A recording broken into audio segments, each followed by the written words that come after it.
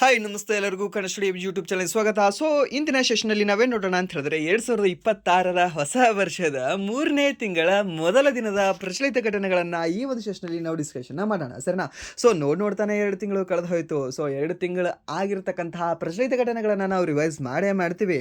ಹಾಗೆ ನಮ್ಮ ಬದುಕಿನಲ್ಲಿ ಆಗಿರ್ತಕ್ಕಂತಹ ಕೆಲವು ಘಟನೆಗಳನ್ನು, ಸರಿನಾ? ಸೊ ನಾವು ಏನು ಹೈಕ್ ಹೋಗಿದ್ದೀವಿ ಆ್ಯಂಡ್ ದೆನ್ ಏನು ಲೋ ಆಯಿತು ಈ ಒಂದು 2 ತಿಂಗಳಲ್ಲಿ. ಸೊ ನಾವೇನಾದರೂ ರಿಯಲಿ ಅಪ್ಗ್ರೇಡ್ ಆಗಿದ್ದೀವಾ ಅಲ್ವಾ, ಇಲ್ಲ ಅಂತಂದರೆ ಡಿಗ್ರೇಡ್ ಆಗಿದ್ದೀವಾ ಅನ್ನೋದು ಒಂದು ಸ್ವಲ್ಪ ನಾವು ಸಹ ರಿವೈಸ್ನ ಮಾಡ್ಕೊಳ್ಳೋಣ. ಓಕೆ, ಸೊ ಅದು ಹೇಗೆ ಅಂತಂದರೆ, ಓಕೆ, ರಿಫ್ರೆಶ್ಮೆಂಟ್ ಸಿಗುತ್ತೆ ಒಂದು ಲೈಫ್ಗೆ.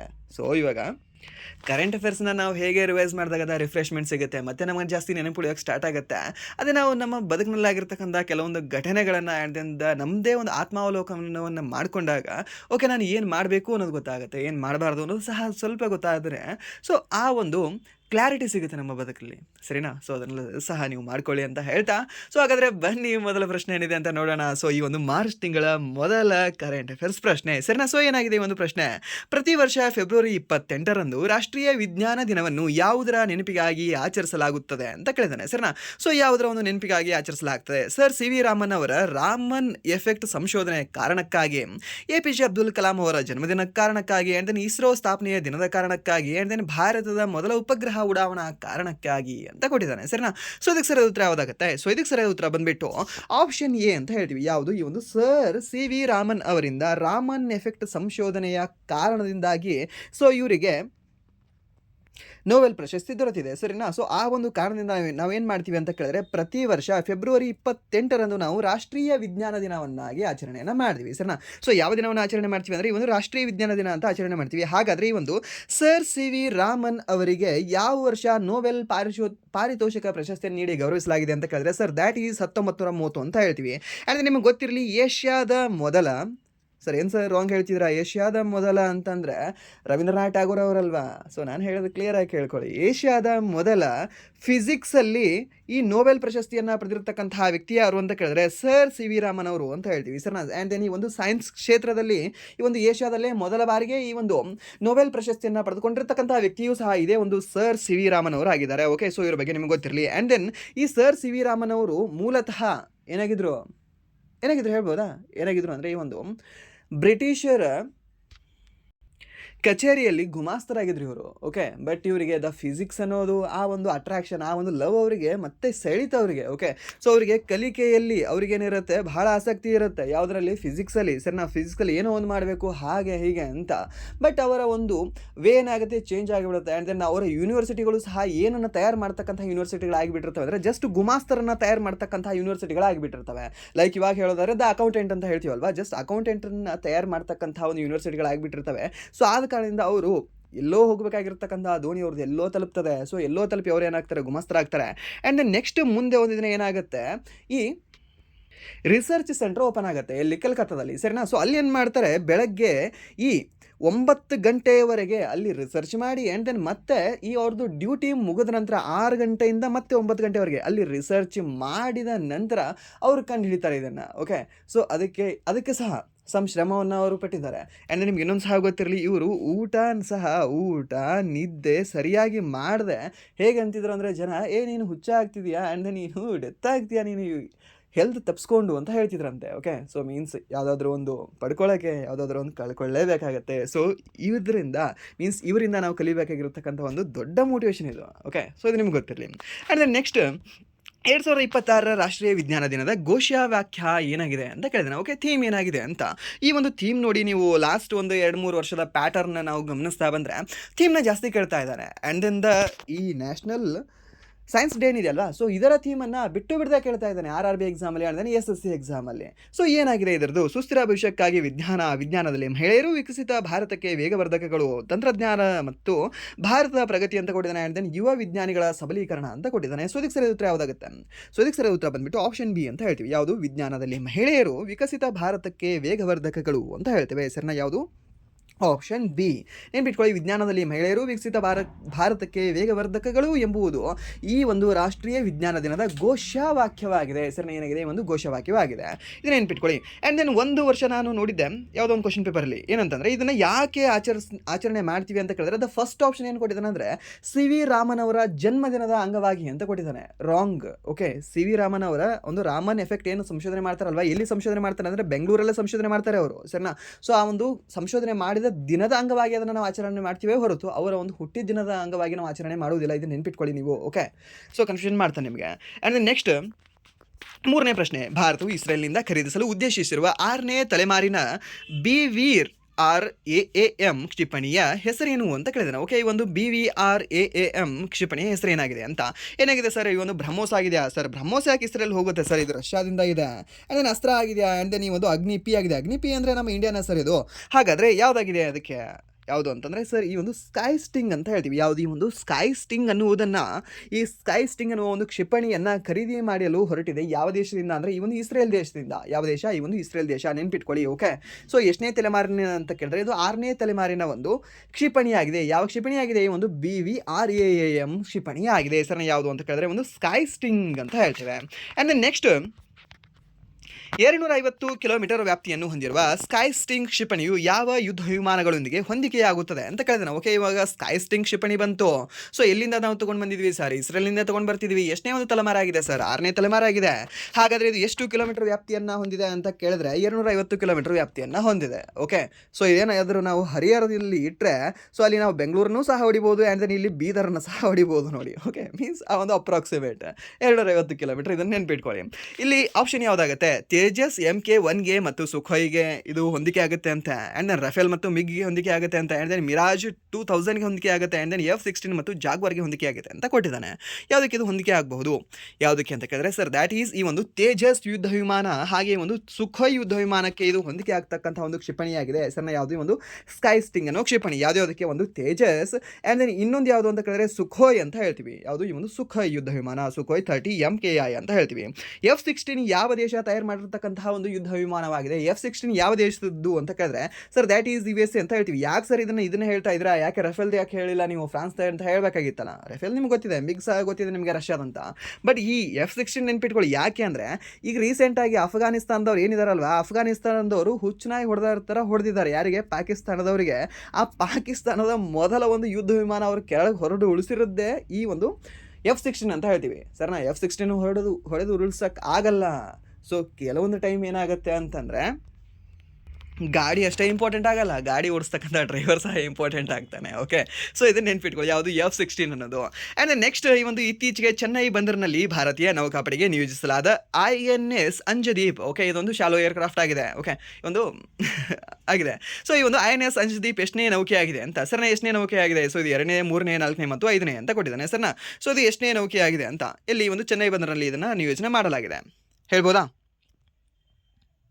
ಎಷ್ಟು ಸರ್? ದ್ಯಾಟ್ ಈಸ್ ಈ ಒಂದು 4ನೇದು ಅಂತ ಹೇಳ್ತೀವಿ. ಸರ್ ಎಷ್ಟನೇ ನೌಕೆ ಆಗಿದೆ ಅಂದರೆ ಒಂದು INS ಅಂಜದೀಪ್ ಈ ಒಂದು 4ನೇ ನೌಕೆ ಆಗಿದೆ. ಇದ್ರ ಬಗ್ಗೆ ನಿಮಗೆ ಹಳೆ ಕ್ಲಾಸಲ್ಲಿ ಸಹ ಹೇಳಿದ್ದೇನೆ. ಓಕೆ, ಸೊ ಇದು ನೆನ್ಪಿಟ್ಕೊಳ್ಳಿ, ಇದು ಕೇಳೋ ಚಾನ್ಸಸ್ ಸಾಕಷ್ಟು ಇರುತ್ತೆ. ಆ್ಯಂಡ್ ನೆಕ್ಸ್ಟ್ ಪ್ರಶ್ನೆ ಒಂದು ತಮಿಳುನಾಡಿನ ವಿದ್ಯಾರ್ಥಿಗಳು ವಾತಾವರಣದ ಸ್ಟ್ರಾಟೋಸ್ಪಿಯರ್ನಲ್ಲಿ ಶಿಲೀಂಧ್ರ ಬೀಜಗಳನ್ನು ಪತ್ತೆ ಹಚ್ಚಲು ಉಡಾವಣೆ ಮಾಡಿದ 600 ಗ್ರಾಂ ತೂಕದ ಮಿನಿ ಉಪಗ್ರಹ ಯಾವುದು ಅಂತ. ಸರ್ನ ಯಾರು ಉಡಾವಣೆ ಮಾಡಿದ್ದಾರೆ ಸರ್? ಇದನ್ನು ತಮಿಳುನಾಡಿನ ವಿದ್ಯಾರ್ಥಿಗಳು ಉಡಾವಣೆ ಮಾಡಿದ್ದಾರೆ.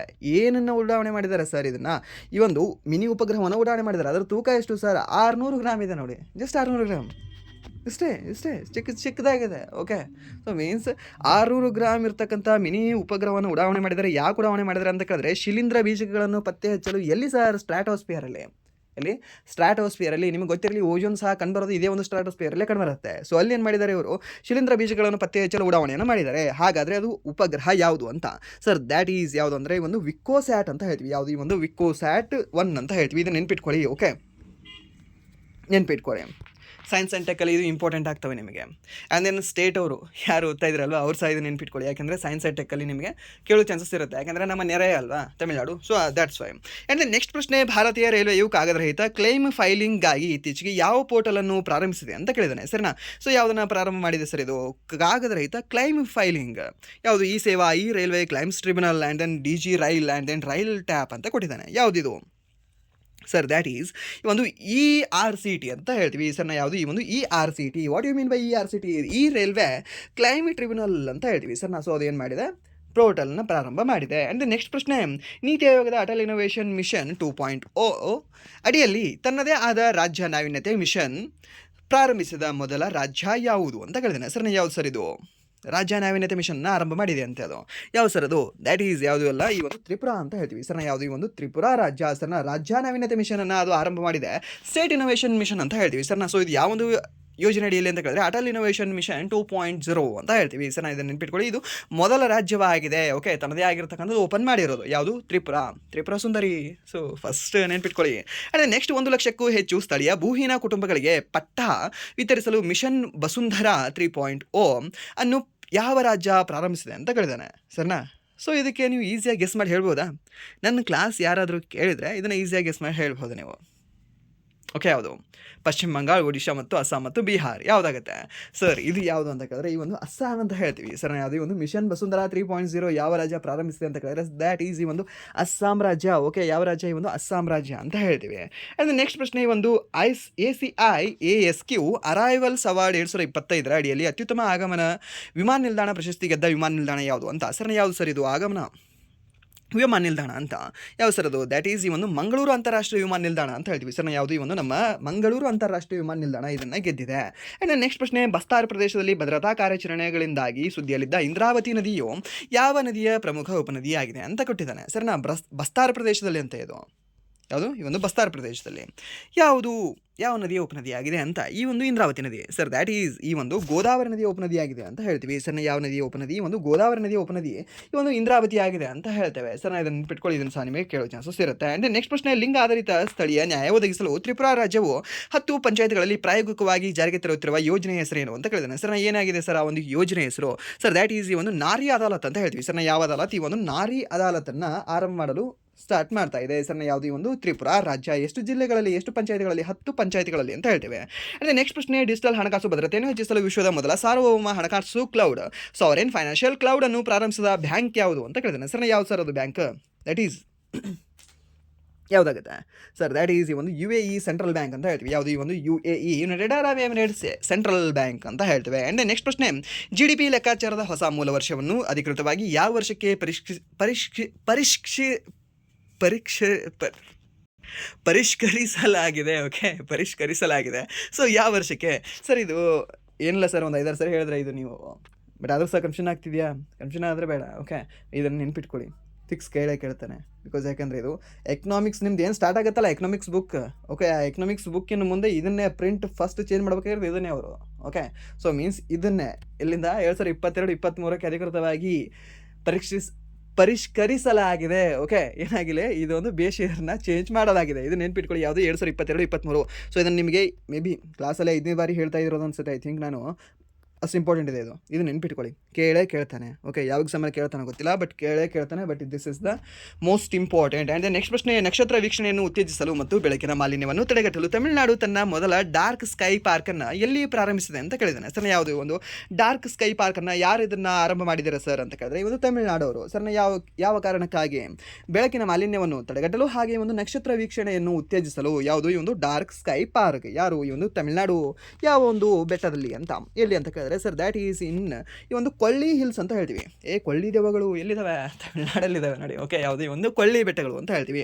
ಹಾಗಾದರೆ ಈ ಒಂದು ತಮಿಳುನಾಡಿನ ಉನ್ನತ ಶಿಖರ ಯಾವುದು ಅಂತ ಸರ್? ದೊಡ್ಡಬೆಟ್ಟ ಅಂತ ಹೇಳ್ತೀವಿ. ಹಾಗಾದರೆ ಕೇರಳದ ಅತ್ಯುನ್ನತ ಶಿಖರ ಯಾವುದು ಸರ್? ಅದು ಅಣ್ಣಾಮುಡೈ ಅಂತ ಹೇಳ್ತೀವಿ ಸರ್. ಹಾಗಾದರೆ ಕರ್ನಾಟಕದ ಓಕೆ ಸ್ಟೇಟ್ಗಳಿಗೆ ಹೋಗ್ಬಿಡೋಣವಾ? ಓಕೆ, ಸೊ ಇಲ್ಲಿ ನಮ್ಮ ಕರ್ನಾಟಕ ಇದೆ. ಸೊ ಗೊತ್ತಾಗುತ್ತೆ ನಿಮಗೆ. ಇಲ್ಲಿ ತಮಿಳುನಾಡಿನ ಅತ್ಯಂತ ದೊಡ್ಡ ಶಿಖರ ಯಾವುದು ಅಂತ ಕೇಳಿದ್ರೆ ದೊಡ್ಡಬೆಟ್ಟ ಅಂತ ಹೇಳ್ತೀವಿ. ಹಾಗಾದರೆ ಕೇರಳದ ಒಂದು ಅತ್ಯಂತ ಉನ್ನತವಾದ ಶಿಖರ ಯಾವುದು ಅಂತ ಕೇಳಿದ್ರೆ ಸರ್ ದ್ಯಾಟ್ ಈಸ್ ಯಾವುದು? ಈ ಅಣ್ಣಾಮುಡೈ. ಓಕೆ, ಆ್ಯಂಡ್ ನೆಕ್ಸ್ಟ್ ಈ ಒಂದು ಆಂಧ್ರ ಪ್ರದೇಶದ ಯಾವುದು ಅಂತ ಕೇಳಿದ್ರೆ ಆರ್ಮಕೊಂಡ ಅಂತ. ಆ್ಯಂಡ್ ದೆನ್ ನಮ್ಮ ಕರ್ನಾಟಕದ ಯಾವುದು ಸರ್? ಈ ಕರ್ನಾಟಕದ್ದು ಮುಳ್ಳಯ್ಯನಗಿರಿ ಅಂತ ಹೇಳ್ತೀವಿ ಸರ್ನಾ. ಸೊ ಇದನ್ನು ನೆನ್ಪಿಟ್ಕೊಳ್ಳಿ. ಆ್ಯಂಡ್ ದೆನ್ ಈ ಒಂದು ಅಣ್ಣಾಮುಡಿ ನಿಮಗೆ ಎತ್ತರ ಕೇಳ್ತಾನೆ. ಎಷ್ಟು ಅಂದರೆ 2695 ಮೀಟರ್ ಎತ್ತರವಾಗಿದೆ. ಆ್ಯಂಡ್ ದೆನ್ ನಮ್ಮ ಕರ್ನಾಟಕದ ಮುಳ್ಳಯ್ಯನಗಿರಿದ ಎತ್ತರ ನಿಮ್ಗೆ ಗೊತ್ತಿರುತ್ತೆ 1913 ಮೀಟರ್ ಆಗಿದೆ. ಓಕೆ, ಸೊ ಕೆಲವೊಂದು ಬುಕ್ಗಳಲ್ಲಿ 1930 ಕೊಟ್ಟಿರ್ತಾನೆ. ಸೊ ನಿಮ್ಗೆ ಆಪ್ಷನ್ ಯಾವ್ದು ಕೊಟ್ಟಿರ್ತಾನೆ ಅದನ್ನು ನೀವು ಟಿಕ್ ಹಾಕಬೇಕಾಗುತ್ತೆ. ಆ್ಯಂಡ್ ದೆನ್ ಮಹಾರಾಷ್ಟ್ರದ ಉನ್ನತವಾದ ಶಿಖರ ಯಾವುದು ಅಂತ ಕೇಳಿದ್ರೆ ಸರ್ ದ್ಯಾಟ್ ಈಸ್ ಈ ಒಂದು ಕಾಲ್ಸುಬಾಯಿ ಶಿಖರ ಅಂತ ಹೇಳ್ತೀವಿ. ಯಾವುದು? ಈ ಒಂದು ಕಾಲ್ಸುಬಾಯಿ ಶಿಖರ. ಆ್ಯಂಡ್ ಮತ್ತೆ ನಿಮಗೆ ಎಲ್ಲಿ ಕೇಳೋದು ಯಾವುದು? ಗುಜರಾತ್ ಇಲ್ಲಿ ಸ್ವಲ್ಪ ಮೇಲೆ ಬರುತ್ತಲ್ವ, ಅಲ್ಲಿ ಗಿರ್ನಾರ್ ಶಿಖರ ಅಂತ ಬರ್ತವೆ. ಆ್ಯಂಡ್ ನೆಕ್ಸ್ಟ್ ಈ ಒಂದು ಮೇಲೆ ಯಾವುದು ಬರುತ್ತೆ ಮತ್ತು ಯಾವುದು ಮಧ್ಯಪ್ರದೇಶದ ಅತ್ಯಂತ ಉನ್ನತವಾದ ಶಿಖರ ಯಾವುದು ಅಂದರೆ ಈ ಒಂದು ದುಗ್ಪಗಡ್ ಶಿಖರ ಅಂತ ಹೇಳ್ತೀವಿ. ಅದನ್ನು ಗುಜರಾತ್ನ ಅತ್ಯಂತ ಎತ್ತರವಾದ ಶಿಖರ ಯಾವುದು ಅಂತ ಕೇಳಿದ್ರೆ ಒಂದು ಗುರು ಶಿಖರ ಅಂತ ಹೇಳ್ತೀವಿ.